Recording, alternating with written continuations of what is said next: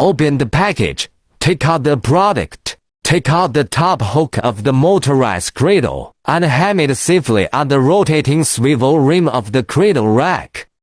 Then hang the single spring on the bottom hook at the bottom of the cradle. Next, connect the bottom spring ring to the hammock carabiner. Pull the transmission rope small carabiner and lock into the spring bottom ring. The hammock and stick straps are tied below the knot.